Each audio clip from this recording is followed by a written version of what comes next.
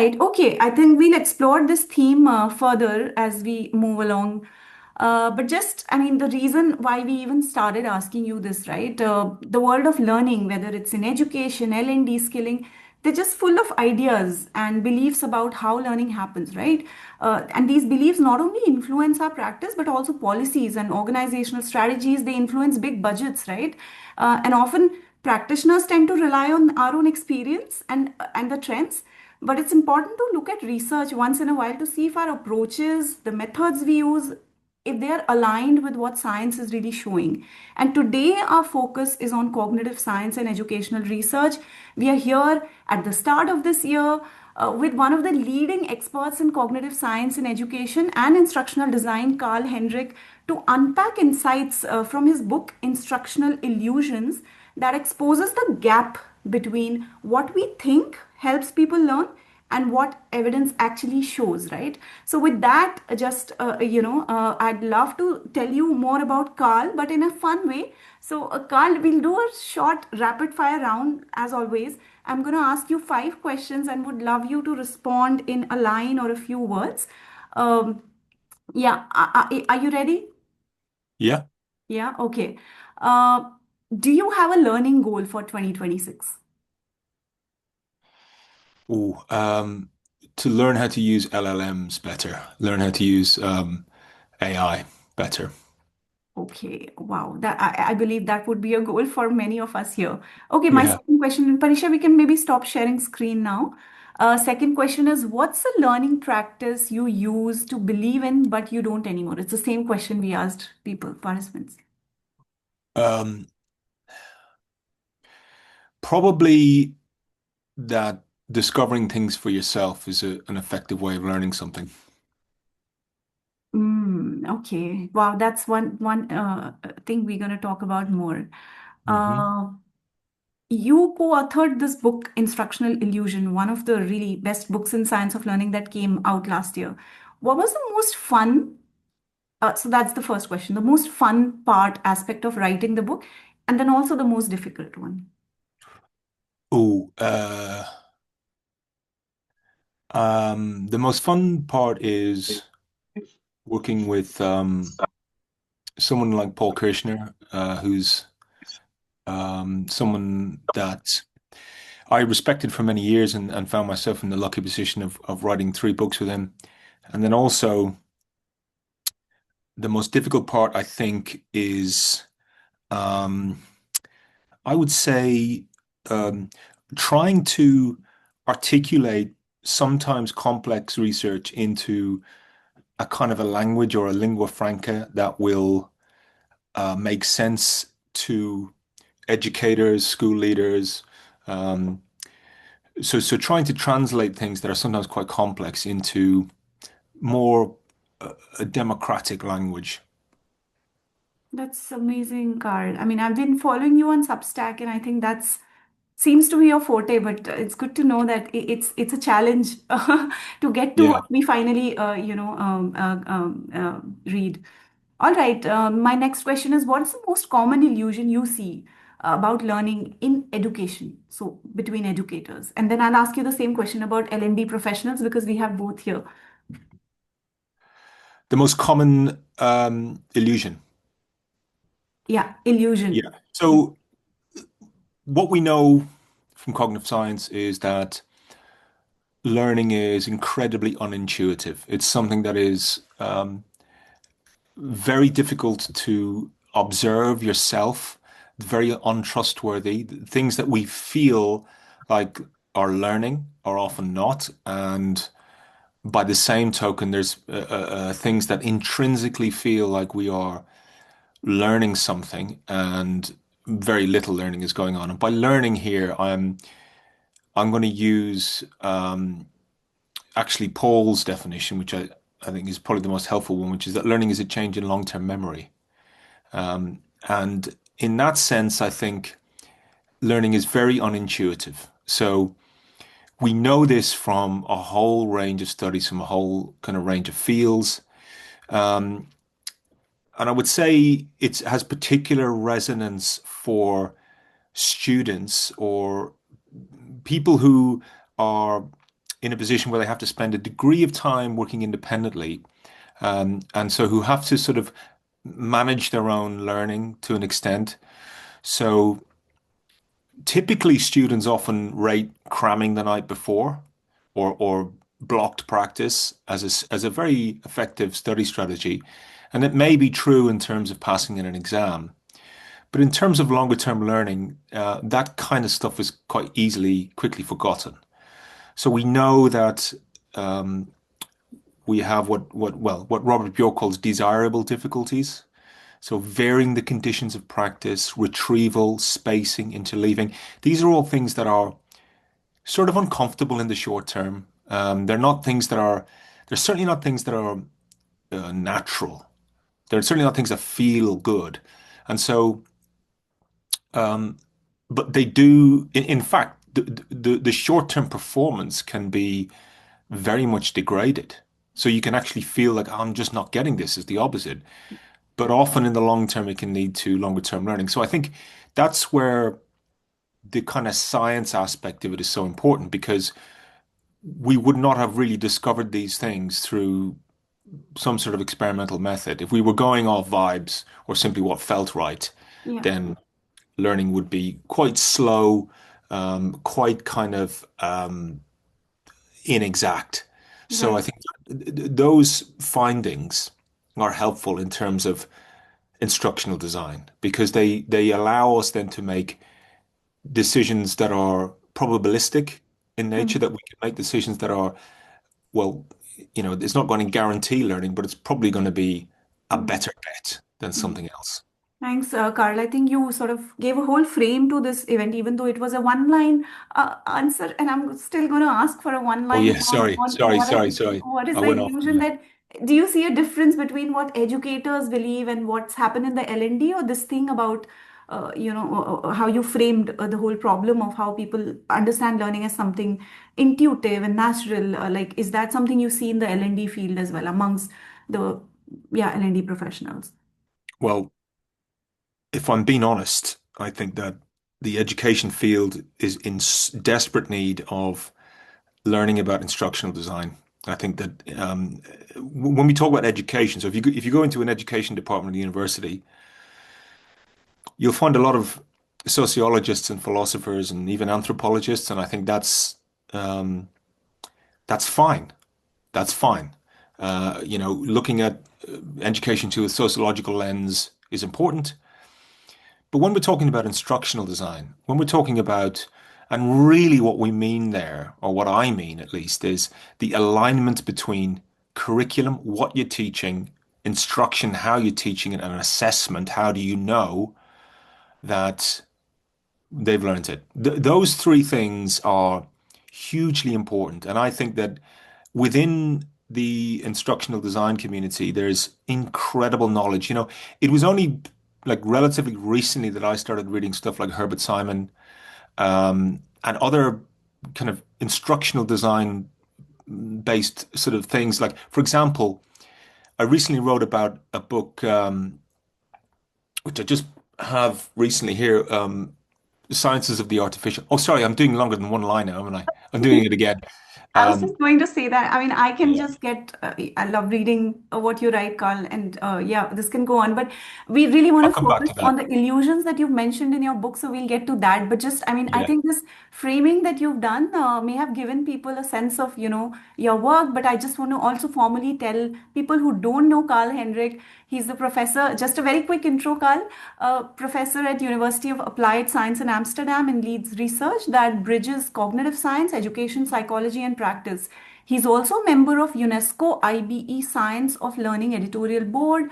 He has co-authored several influential books, including How Learning Happens and Instructional Illusions, which we'll discuss today, and regularly advises organizations on implementing evidence-based strategies such as retrieval practice, pacing, explicit instruction. Carl makes, like he just said, right, he makes complex research accessible and actionable for people like us. I've been reading your Substack in preparation for this event, but also otherwise. And I must tell you, it is for everybody. It's a Disneyland for learning nerds like ourselves. for both education and L&D people alike. It gives you goosebumps, makes you feel awe and laugh all at once. But unlike Disneyland, nothing in his Substack is fantasy, right? It's hard facts shared in the simplest and, may I say, slightly confrontational way that makes you almost uneasy about, how common sense can be totally off.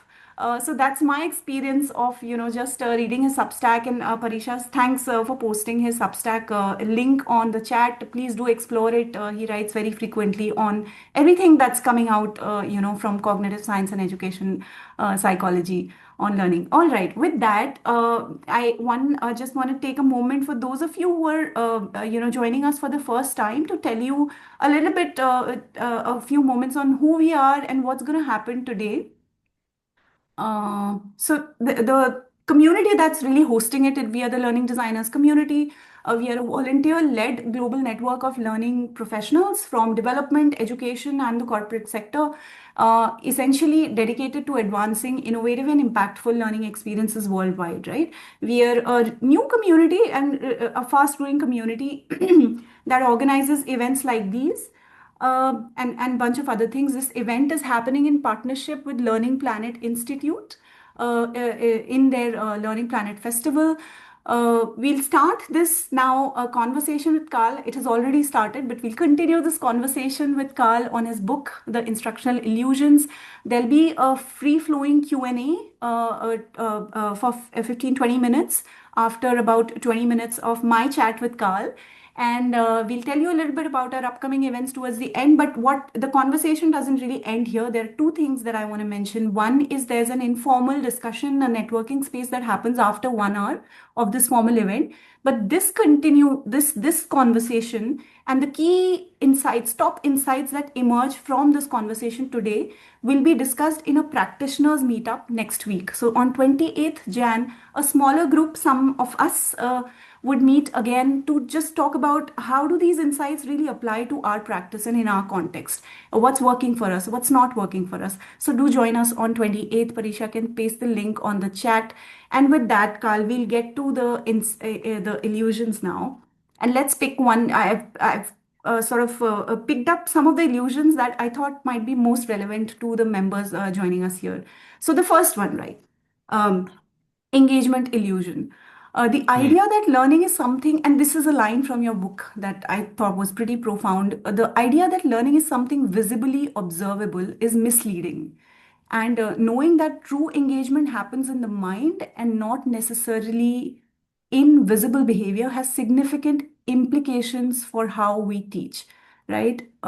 My question to you, Carl, is uh, you know, can you talk about this illusion and explain what kind of engagement actually drives learning? And how do we design for these tasks for either in-person learning or online learning that actually drives this helpful engagement, right? If you could just throw some light on that. Um, we often judge learning by what we can see, activity, enthusiasm, confidence, what we might call engagement. Um, but learning is invisible, it's delayed, and it's effortful. It's something that is not amenable to design when we see it. So typically in education, at least, one of the things that was there was a real premium on was this idea of, learners must be engaged. It's a necessary but not sufficient condition of learning, I would say. And that is to say that learners can be highly engaged or appear to be highly engaged and learning very little.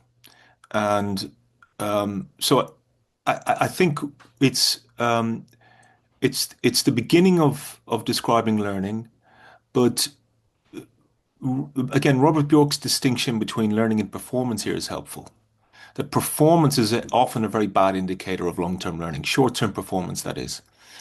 So and this comes from sort of all sides of education. If you have a scenario where a student is parroting back things that they've told or copying things down or repeating things, that's often taken as a kind of performative measure of learning, but it's often a very poor one. Um, one of the things I do is look at a lot of apps through a learning science lens. Um, for me, there needs to be, and this is kind of an engineering term, or at least a kind of a design idea, which is which is that you need a set of invariants for learning to happen. In other words, you need a set of non-negotiable sort of conditions. So, for example, um, I was looking at my daughter playing with a phonics app recently, and she was sounding out the letters and swiping, and the app was taking that as a sign of mastery. And so within that kind of progression, she wasn't really learning anything at all. And so in from a learning science point of view or a learning design point of view, there should really be one route to success. And that route should be something that's predefined and built into a cumulative curriculum. Engagement is often, I think, as Rob Coe would put it, a very poor proxy indicator of learning. So if we're taking it as a sort of proxy indicator of learning, it can be very illusory in the sense that you can really feel that the kids or the students around you are learning things, um, but they're not at all. Another good example of that would be even from study skills where students are rereading material, highlighting material, highly engaged with the text. I mean, we've all experienced it. We've read something, and you have this implicit feeling of, well, I've just read it, I get it, I've learned it. But that kind of learning tends to be quite fleeting. So engagement, I think, particularly in education circles, is often taken as, well, we need to get the kids engaged. At the worst end of it, it becomes an attempt to kind of con kids into learning by saying, well, Shakespeare's boring, so we're going to get them to rewrite these scenes using text messages, or we'll get them to rewrite the scene in the language of their favorite soap opera or their favorite, cartoon character in order to engage the learner. And that I claim is a fallacy and it's an illusion and it's not in the service of long-term learning. Right. I mean, I can think of the parallels in L&D as well, right? This whole movement and gamification, creating leaderboards and giving scores and points just to get people to take, courses. Even the way we measure engagement in digital learning just by looking at clicks, uh, you know, etc. And even in in-person workshops, right? Just a lot of us tend to feel, even as facilitators, happy when there's a lively room and a lot of buzz in the room activity, but that may not be resulting in learning. So, Carl, could you tell us a little bit about, and I know you mentioned that it's not the emotional engagement, it's the cognitive engagement which drives learning. So, just perhaps an example, if that may help, of how do we design for that cognitive engagement that actually moves the needle? In really simple terms, I think it's 90% curriculum. It's 90%. For me, this is like anyone who's tried to lose weight or anyone who's tried to get in shape. You find out very quickly that it's 90% diet. You can't outrun a bad diet. You can't, like, most of it comes to, like, and if you were to do that, the amount of exercise you would need to do, like, when I started to try and lose weight a little bit, I was shocked at the calorific content of certain things that I had no idea, like an egg or something like 100 calories. So if you have a couple of eggs, that's a couple of hundred calories. Um, and then like a half an hour walk is about worth of an egg. And so you think, well, if I'm going to eat 2,000 calories or more, then I'm going to have to do 6, 7 hours a day exercise. So I think with the curriculum, Christine Council puts it very well, which is you can't rose and shine your way into a bad curriculum. In other words, you can't use the activity of instruction or teaching to compensate for knowledge that's poorly sequenced. Now, so in terms of, and here's where the paradox arises, knowledge that is sequenced in a particular kind of way. In other words, it's cumulative in nature. It's not additive. It's not viewed as many people misguidedly view it as blocks of things that kind of stick together. Knowledge is interactive, it builds upon itself. Um, Many misconceptions arise after we presume something has been learned. So within education, you can go through certain checkpoints of knowledge, but the student misconceptions don't arise until later on down the line, which is why those checks for understanding are so important. Knowledge that is sequenced well and where those hinge points, those critical inflection points of knowledge are highlighted, and those things are retrieved consistently over a long period of time. Um, those kinds of things tend to lead to long-term learning. And I would say that uh, that almost like if we think about the three big pillars, curriculum, instruction, and assessment, the kind of the middle part of it we tend to privilege because it's the most obvious. So we tend to be very activity focused on, particularly in education.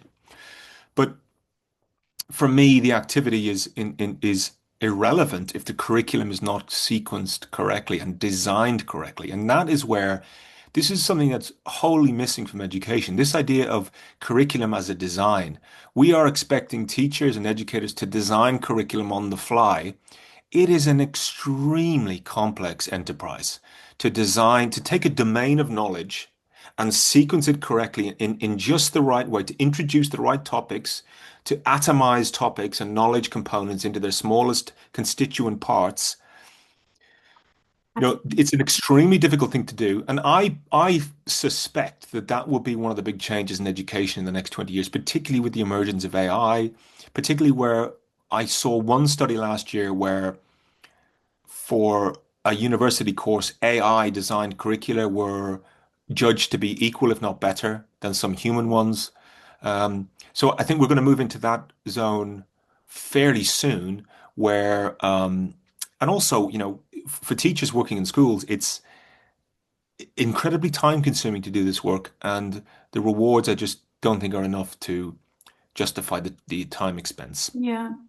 Yeah, and similarly, I think even in the L&D, the expectation of, creating training, online courses to, train on the fly almost quickly, there isn't enough rigor sometimes to instructional design, neither the understanding of what it takes to actually sequence learning in a way that actually would drive retention.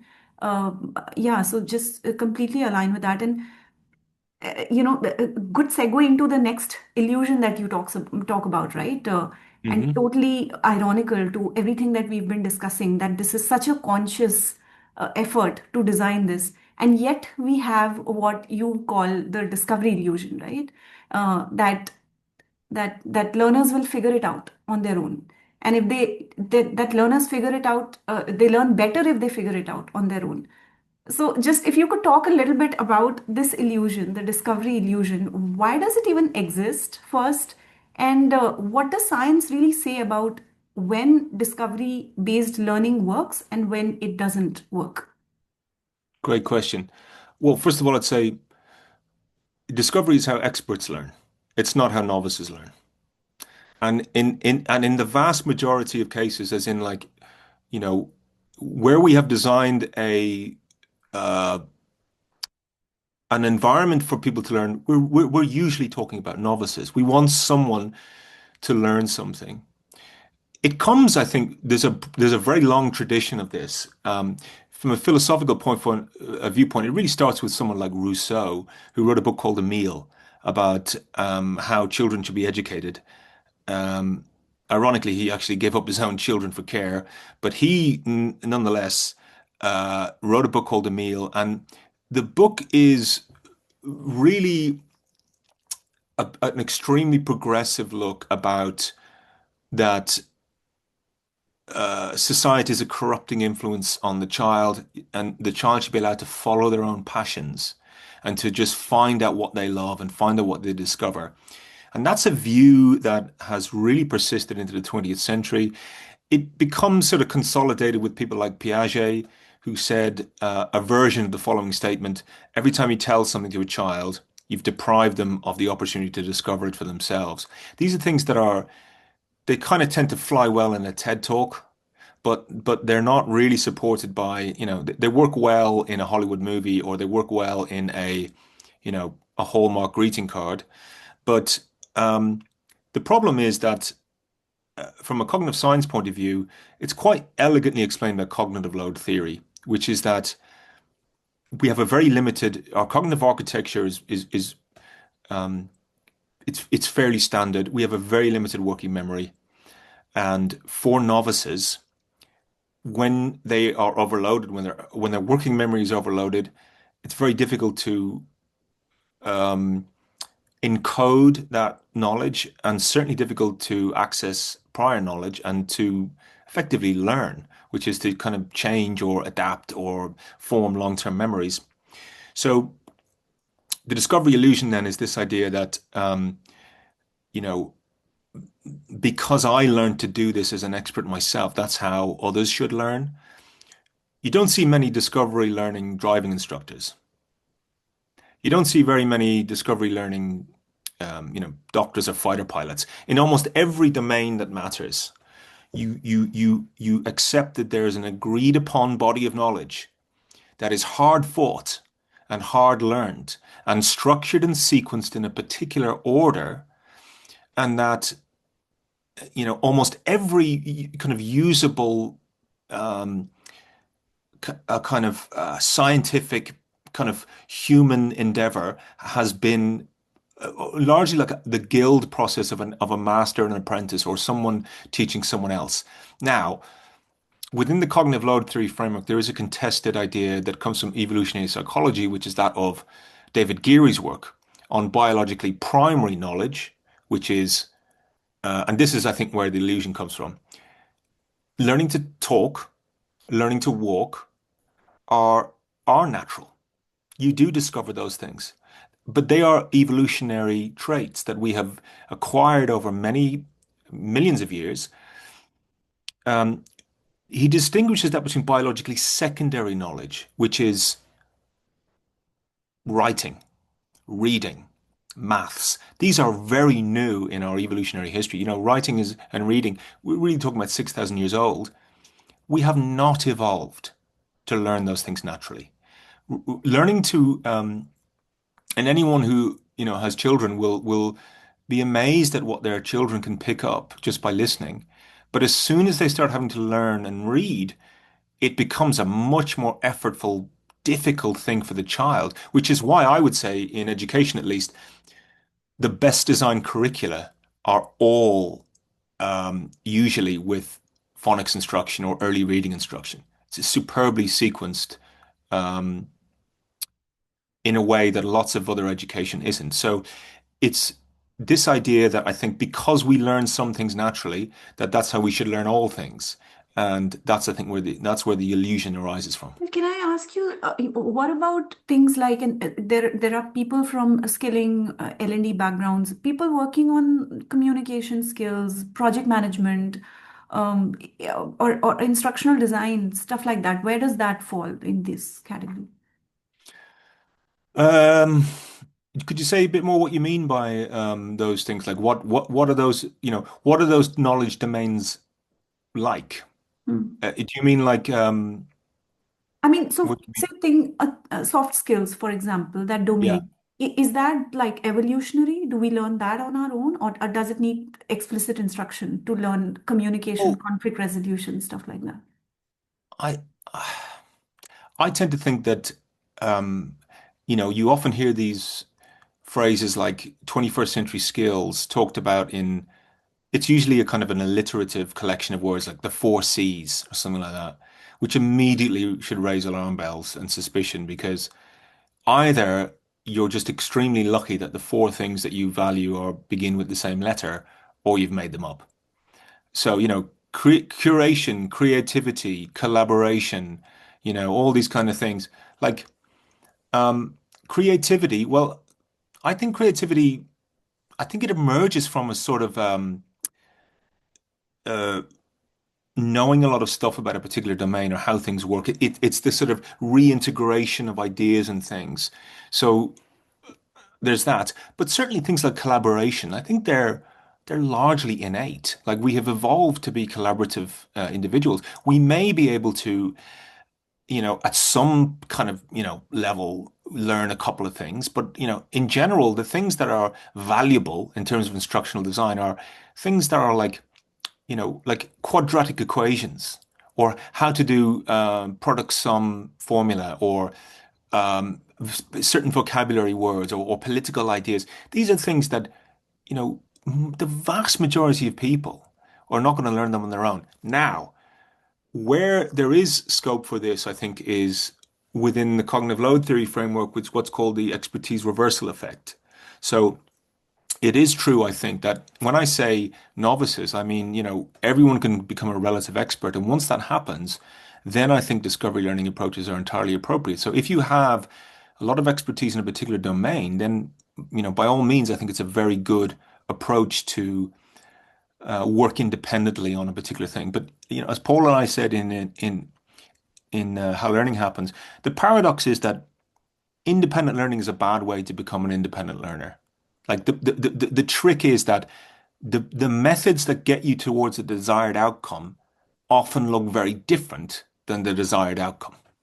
So if you want to do something like, you know, run 5K, or if you want to achieve something, you often need to break that down into its component part. And again, this is something that I would say the instructional design community are really good at understanding that, well, if we want to get to Y, or Z, we need to break that up into different parts. And actually, the first step on the path might look very different than the final outcome. So we want all students, kids, whoever, learners to be independent learners, but there's just probably a more optimum way of getting there. Yeah. That's so powerful, Carl. In fact, I think that's one of the big reasons why these illusions even exist, because we mistake the outcome for the method. Exactly. So yeah, that's powerful. That's very I'm well going to put. move very Yeah. quickly to the next illusion, Carl. We have so many to discuss, and I'm just looking at the time. Yeah. But this is one we must discuss. It's at the heart of this whole conversation about AI tutors and how that can personalize learning for everybody. It's at the heart of EdTech that talks about Yeah. adaptive learning experiences. And this illusion is really the uniqueness illusion, which says every learner is unique. And what you say is, in your book, you've spoken about this false belief that because every learner is unique, they must be taught in completely different ways. And due to this, there is this whole emphasis on personalization. So, what does science really say about our cognitive architecture? And in practice, also, if you could tell us, what are the learner differences that actually matter for instruction? Yeah. It's a great question. And this is the one that people get most exercised about and get most offended about. Um, so Paul and I would probably say that learners are unique, but they're not instructionally unique. That is to say that there are more similarities than differences in how we learn. Otherwise, you would not be able to teach a class of 30 people. If everybody was completely unique, then there would be nothing for us to. And this is true again of um, things like nutrition. Of course, everybody has different preferences. Everyone has different allergies. Everyone has different metabolisms. But in general terms, if you eat, you know, um, if you eat ultra processed food, fat, carbohydrates, sugar over a 6 month period, 99% of people are going to have a certain outcome. And by the same token, if you eat, salad, fish, blah, blah, blah, you're going to have another set of outcomes. Now, we have the same limits on working memory, pretty much. There are outliers on that, but there's a curve, and really, the vast majority of people, it just isn't true that certain people can hold, or enough of a population of people can hold 20 novel elements of knowledge in their working memory in the way that AI can. Most people are constrained by a set of working memory principles. Um, I would say also that in terms of like we have the same limits on retrieval and spacing, for example. Retrieval practice is an incredibly powerful way of learning something, and particularly that loop between forgetting and remembering seems to be just a feature of the human brain. That in that interstitial place between um, being introduced to something, kind of forgetting it, and then the act of retrieving seems to be sort of laying this sort of thing down. So I sort of think that the human architecture is largely shared. What distinguishes people in the most part is prior knowledge and a particular form of structured prior knowledge. Now, there are outliers in that in terms of um, children with learning difficulties. This is something that I have been confronted with myself over the last year. One of my daughters is autistic, so I've really tried to think about her, learning from her perspective. And what I've discovered is that how she learns is largely the same, but her behavior is different. Like she's going to learn to read in an ideal scope and sequence. It's not going to be completely radically different. Otherwise, it would be, extremely complex. But she just finds it difficult to sit with a group of people. She likes to do certain things on her own. When we sit down to have dinner, she prefers, certain smells she can't deal with, but ultimately she needs to have, a nutritional kind of breakdown each day. So I think that we're largely more similar than different in how we learn. And if that were not the case, then you can forget about learning design. Because what are you designing for? Learning design is designing for a kind of an average. And then, so my thing would be we design for the average and then we adjust or calibrate to meet the needs of those that need it. That to me seems to be the optimum way of doing things. And if someone is, a complete outlier in how they learn things, you do have those savant kids who can, learn Beethoven completely by themselves by the age of 6. But those outliers are not a good model to design instruction for the rest of us. Yeah, thanks, Carl. I hope like it may actually be very reassuring for a lot of people listening to this, for this to be coming from you and coming from cognitive science, because it's almost unreasonable, unrealistic to design for like, the all kinds of learners, design differently for all kinds of learners. So it's also good to reassuring to know that we do share a similar kind of cognitive architecture. And yeah, we are designing for average. We are looking at how brain works and what would work for most people. And there are outliers, and that needs a whole different kind of instructional treatment. That's great. I'm just getting greedy here looking at the time, but I do want to touch upon two more key illusions that you talk about, the Hmm. transfer illusion and the motivation illusion. Hoping to cover that in 5 to 7 minutes so that we can get to questions Yeah, that are sure. already popping up on chat. So the next question is really on the transfer illusion, Carl. There's this line from your book that says the very conditions that optimize immediate learning may inhibit subsequent transfer. And this is very fascinating to me. So, can you explain this line? What does it mean? And what are some of the evidence-backed strategies that actually improve transfer in the real world? I think this is a question for friends in teacher training, L&D backgrounds, constantly failing, struggling and frustrated with how well they do the training, and then they don't see any impact on ground. So, just let's hear from you on this. Yeah, I think skills-based instruction is still, I would say, the dominant view of a lot of education. In other words, um, even if you look at the curricula of, say, secondary English, the outcomes are often described in terms of skills. So learners will be able to infer, learners will be able to critically think, or learners, and again, all of these, I think, are emergent properties from certain designed knowledge, or at least knowledge that is structured in a particular way. Um, there's a very good, I mean, there's a lot of kind of studies on this. I think in Richard Meyer's book, who Rich Meyer will be familiar to many of your listeners because he's sort of the godfather of multimedia learning. He, in his book, which I think is called, it's a really good book, but it's not read widely enough. It's called, I think it's just called Applying the Science of Learning. Um, but he takes a bit of a departure from a lot of his multimedia work. He makes the claim that transfer, if it exists at all, is probably near transfer. In other words, that skills that we learn in one domain may transfer to a very close domain of knowledge, but certainly, skills that you learn in, um, you know, learning to climb a mountain or something like that, and these are often used as sort of, well, if we want students to learn grit or growth mindset or determination or resilience, let's get them out into, nature and get them to experience, hardship and that'll somehow make them better at understanding Macbeth or Shakespeare or quadratic equations.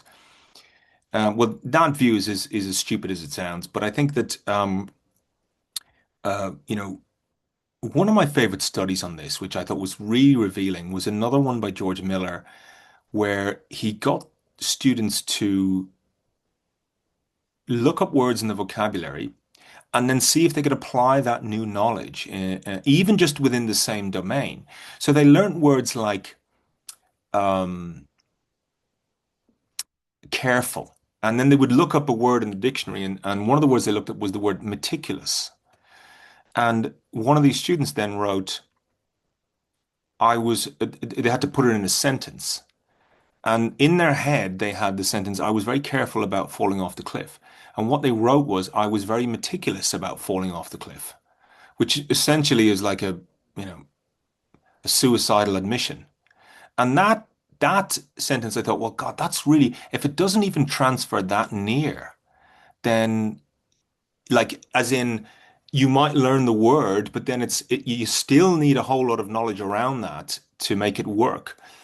And I think it's become one of the most illusory views in learning and instructional design and education. The idea that we shouldn't be teaching knowledge, we should be teaching skills, transferable skills, 21st century skills.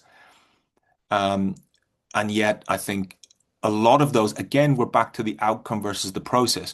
A lot of those sort of 21st century skills, which, by the way, we're now over a quarter of the way through the 21st century, so we might be a bit late to be sort of talking about that. But I think that, critical thinking is entirely dependent on what is being thought about. You can't think critically about something you don't know. And yet we sort of privilege that set of skills, that transferable skills as, oh, forget about teaching knowledge or facts, just teach kids to think critically. Um, but real critical thinking is, again, it's a particularly structured and sequenced form of knowledge. And yeah, so that's, I think, where the transfer illusion comes from. Carl, I want to spend a bit more time on just, may I just say, you have this way of cracking jokes with a straight face, and it's amazing how you do that. Yeah, Loving the sorry jokes about and the that. humor that you're bringing to the science. But also, what you said about critical thinking, I was just reflecting the other day that, how come I have so many ideas now about, learning and community and building learning programs that I didn't have 3 years back. And I figured all of this is a function of knowledge. It's how much knowledge one has gained in the community because of the work that one is doing. And we often don't think about critical thinking like that, right? It's completely disconnected to knowledge and it's a skill that we build in vacuum almost. But just, Yeah, I don't, sorry. Yeah, even just very quickly with creativity, we talk about with the Beatles or what, like John Lennon, Paul McCartney had an almost encyclopedic knowledge of music. They were such obsessives about Beethoven, about rock and roll, about blues, about skiffle, about, a whole range of song structures. They had this encyclopedic knowledge of music, which enabled them to be so creative, I think. It's not that anyone who can do that, but it certainly is a key part of it. yeah. So what do you suggest, Carl, for anyone trying to improve, increase transfer from learning to actual transfer on ground? What are the two, three things you would recommend we do? I I think that really um, the best predictor of performance in any given domain is the presence or absence of knowledge in that given domain. I mean, it's as simple as that. I mean, that is a version of that was said by, I think it was John Sweller and Andre Tricot. And really, um, we need to be very specific about what outcomes we want from any sort of process. Do we want students to be, the more nebulous or vague the aspiration, the more useless. If the learning objective is we want kids to think critically in the 21st century, you can almost be guaranteed that that'll be a waste of time that will just insult everyone's intelligence. But if it's like a really well sequenced in a curriculum, or if it's we want to create a workforce that's fit for the 21st century. I mean, it's it's so unwieldy. It sounds great, but it doesn't mean anything. So I think really thinking hard about um, like what are the outcomes we want and what are the steps that we need to get to that outcome. Great. All right, Carl, thanks a lot. I'm just noticing I want to squeeze in one last question and then we have two on the chat. But guys, this is my last question. If you have questions for Carl, please do post them on chat. Now is a good time. People are silent on the chat, but this is an example of cognitive engagement, Carl. We've never had in a while a session where there's been no dropout. People have just been joining, so they are actively engaged, but perhaps so please feel free to put your questions on chat. But my last question is really about motivation illusion. And I found Mm. this really, it's counterintuitive almost. So you say most people think that motivation helps us achieve, but it's actually the other way around. It's the small wins or achievement that actually fuels motivation. So can you give us some examples of, programs you've observed, practices? How do you design for this principle that science of learning tells us about?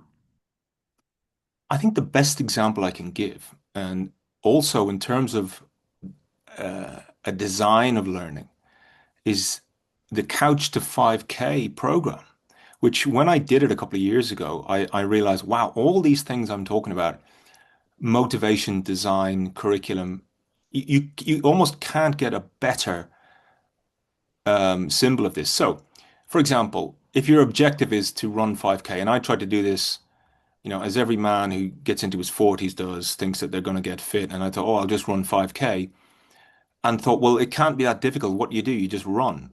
Um, I tried to do it and failed miserably. I literally ran for 4 minutes and then nearly needed to go to the hospital.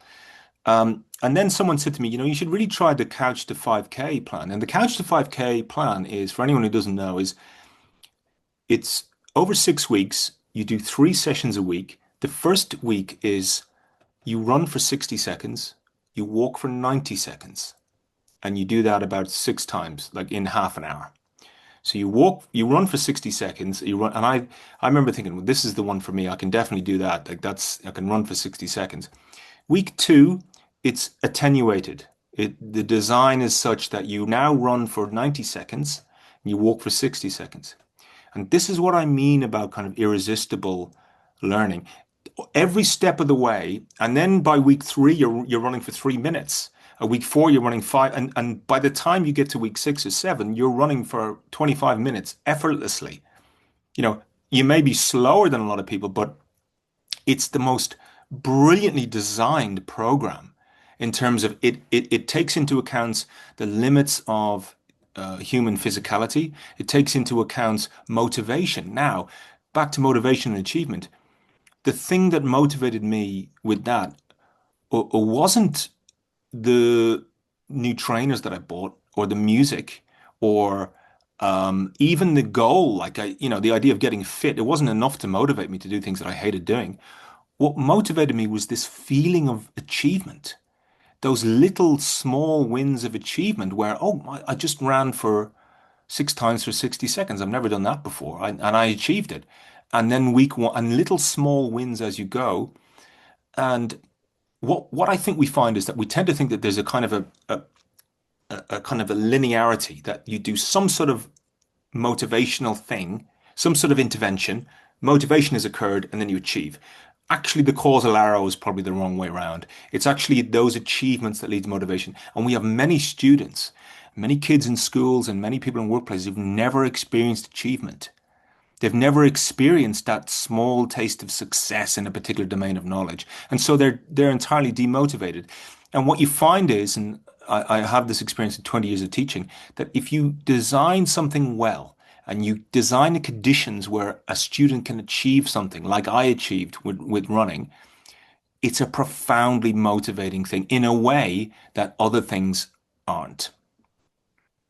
That's so powerful, Carl. And may I say it's also very practical to do, to apply in the way we design learning experiences. We often think of motivation as a separate piece altogether, and then instruction as a separate piece. But how do you combine the two so that the instruction itself is giving people a feeling of win at every small step, and that actually builds on the motivation and the perseverance to complete the entire training. I remember being, a couple of years back, trying to create a national level collective here in India. And we had this whole 6 day where we brought like senior leaders from the sector together. And really, it was just about inspiration. And that, Yeah, everyone was on a high. And then they said, yes, we yeah, need this and we're going to do this. And then they went back to their organization. It was so difficult just bringing yeah. them back into these monthly meetings because we tend to think about inspiration and motivation as one, it's done once and now it's going to continue, but that's not it, right? And yeah.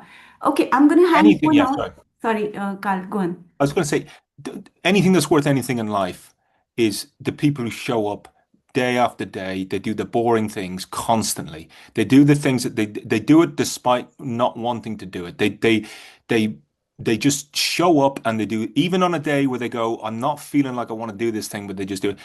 They're the people who achieve things, not the people who only do it if they're motivated. Yeah, and the way we design for that also, if you don't find such people, because is by building in small wins, as you're saying, right? Absolutely. Designing for that. Miriam, I'll hand over to you. Let's take participants' questions. We started 4 minutes late, so please stay for 4 to 5 extra minutes with us. Hmm. Hi, Carl. Thank you. That was wonderful. I can't wait to rewatch this and listen to the whole recording and take it in some more. And I really appreciated how you used the couch to 5K analogy at the end because it really consolidated all that you'd been talking about. But I also did a couch to 5K last year and I hated every minute. Yeah. So it was very relatable. Um, Yeah. and it felt like what you were talking about I liked I'm just adding a reflection there that the fact that there wasn't a benchmark of you must go this fast to run. It's just that you are doing it this consistently and you're building your pace. Well, not your pace, you're building your stamina, I felt Yeah. was the best approach to learning. Right. Um, because we think of learning and achievements a lot of the time educationally. So it was nice to see this applied to a real life example. So thank you for that. Yeah. You're welcome. Awesome. So I have quite a number of questions for you, but I'll try to be quick or choose some. I'm sorry, everyone, just mindful of time. So Go ahead. Stima asked a question quite early on. Really agrees with you about engagement and joyful engagement basically being a fallacy that could serve an educator's ego. So we, us tending to define engagement as immersive or intentional especially with as adults, is sometimes driven by need or fear or urgency to be relevant. So, do you think this kind of approach is obscured or ignored by our need to see happy classroom? Like learning can come from an emotionally messy starting point, which can sometimes be very powerful. Yeah. Very, very good point. Yeah, I think we're I feel I worry that we're asking or expecting too little from kids in school these days in terms of what they're Mhm. capable of. And everything needs to be some form of entertainment. And that's probably most exemplified in reading novels or reading books seems to be something that's disappearing very rapidly. Um, and, again, your point about stamina is such a good one because reading long form text. And I don't just mean War and Peace. I mean, sticking with an idea, a fully formed idea is a partly a feature of stamina, and it's something you don't innately have. It's something that's kind of learned in a particular domain. You increase it cumulatively every time. And I do wonder that with this focus on engagement and focus on enjoyment and whatnot, that we're losing that space for kids to be able to be cognitively engaged for long times. And this is a big question with the emergence of AI.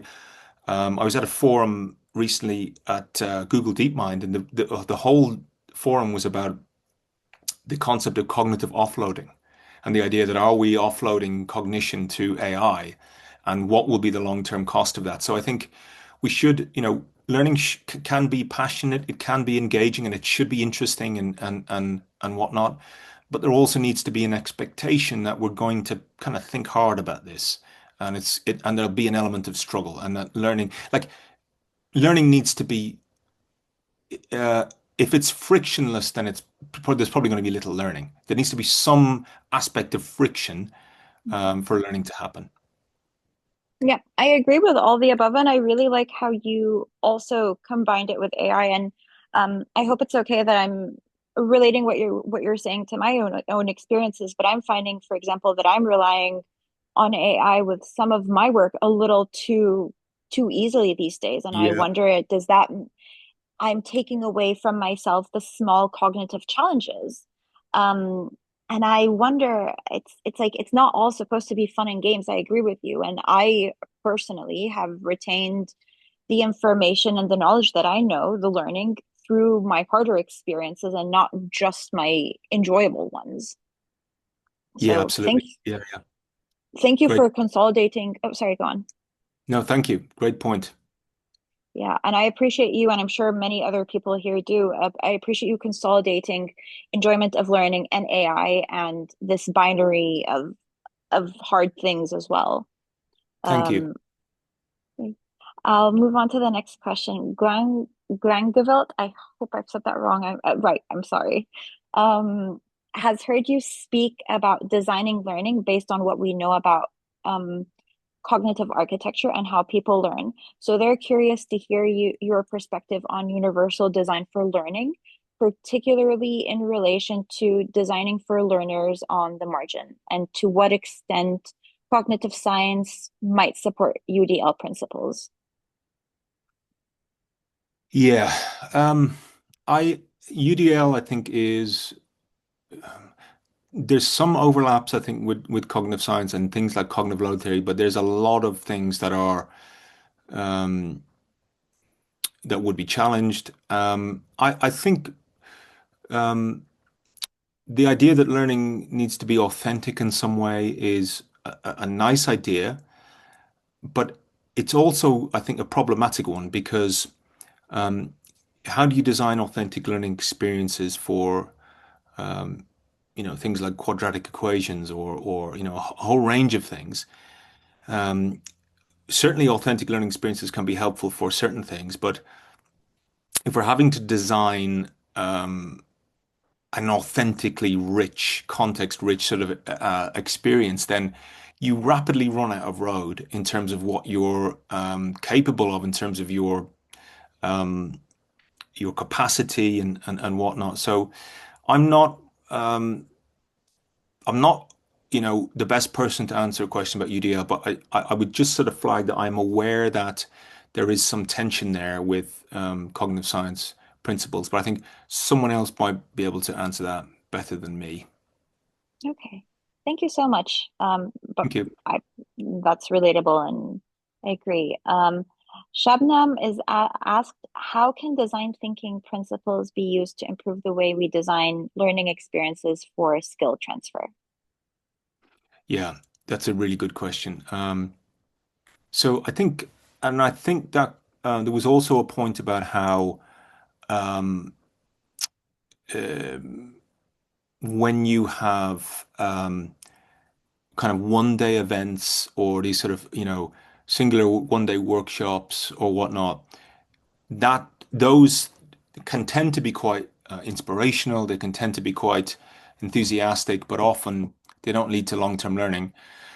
So I just go back to things like curriculum planning, sequencing of knowledge, um, and I would say that skills really are an outcome of a longer sequence of knowledge and design rather than as um, the thing itself. So, for example,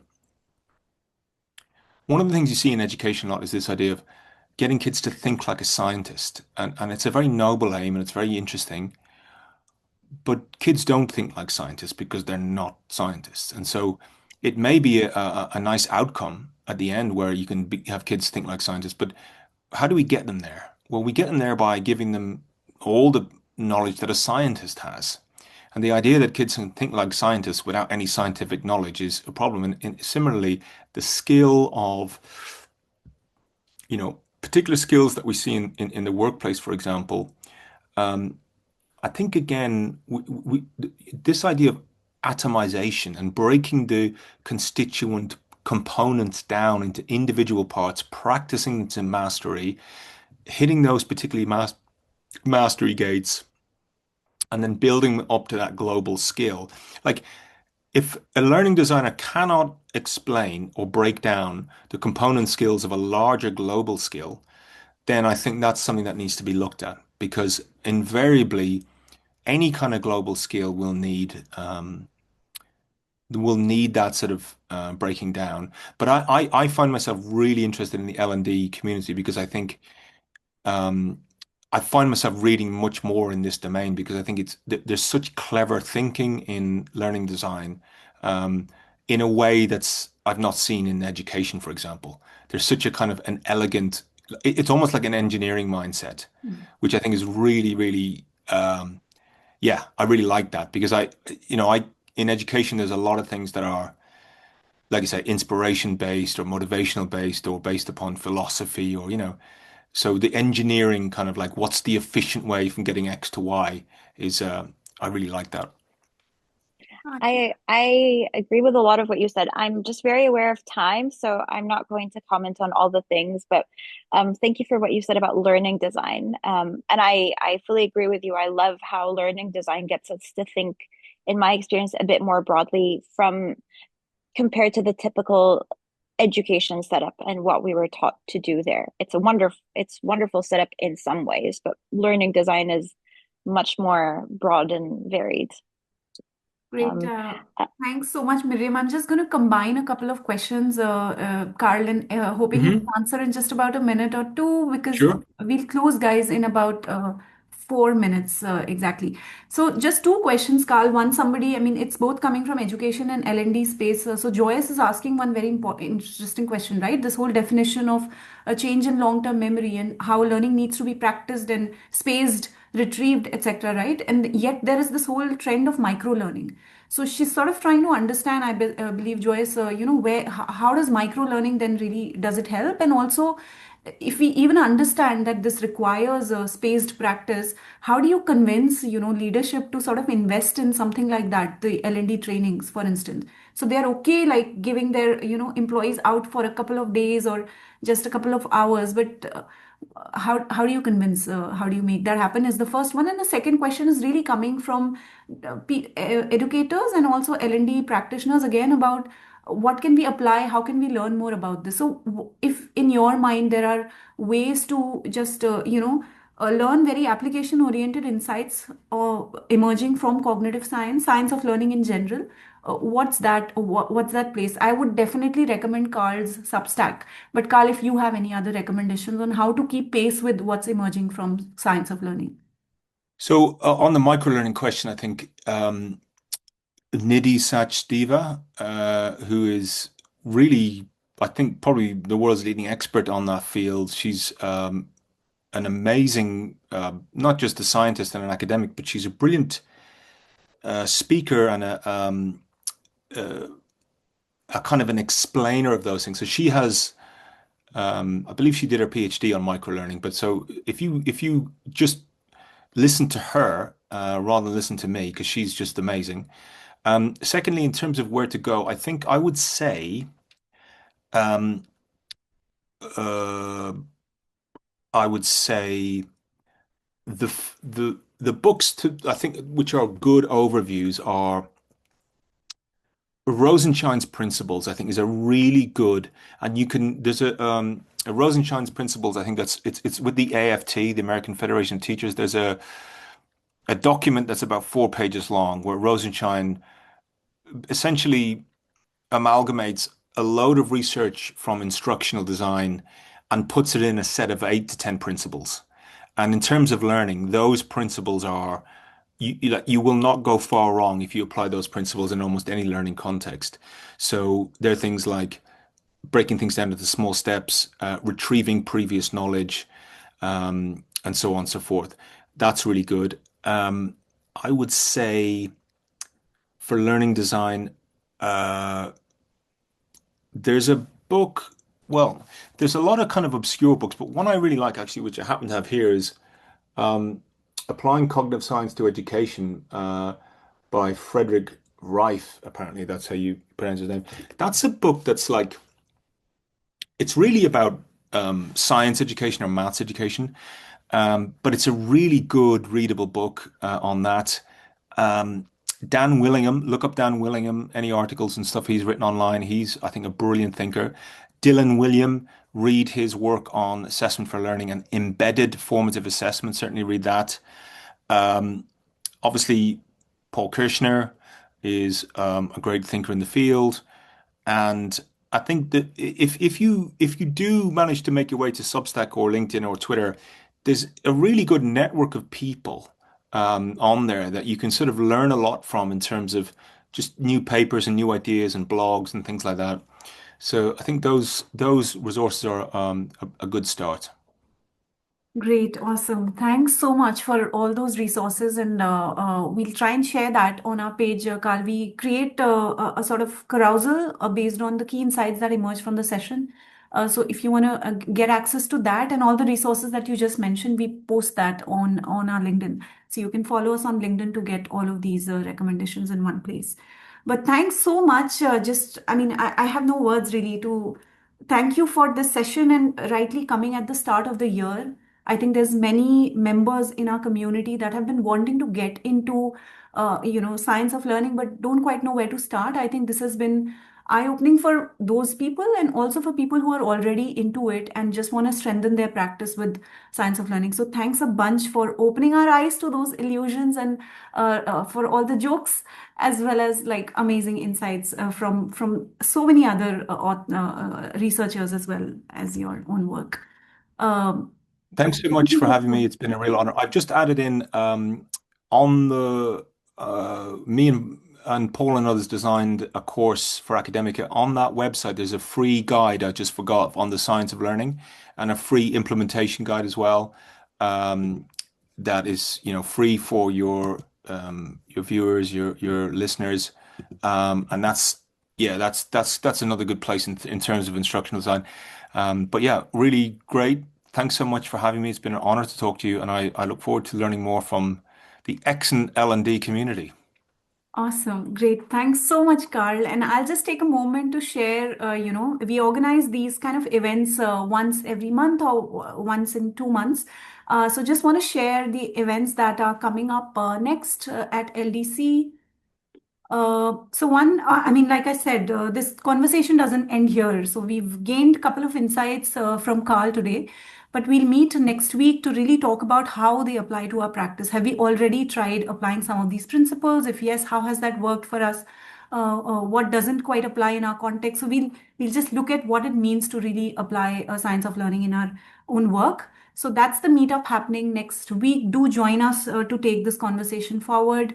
The next one after that, we are organizing. Obviously, AI is completely changing, right? The way we are designing learning experiences, but also for educators, it's a hard time. How do we teach in the era of AI? So we are designing a master class for learning designers on AI. Everything that we've been experimenting, learning from our members, really brought to you by the community.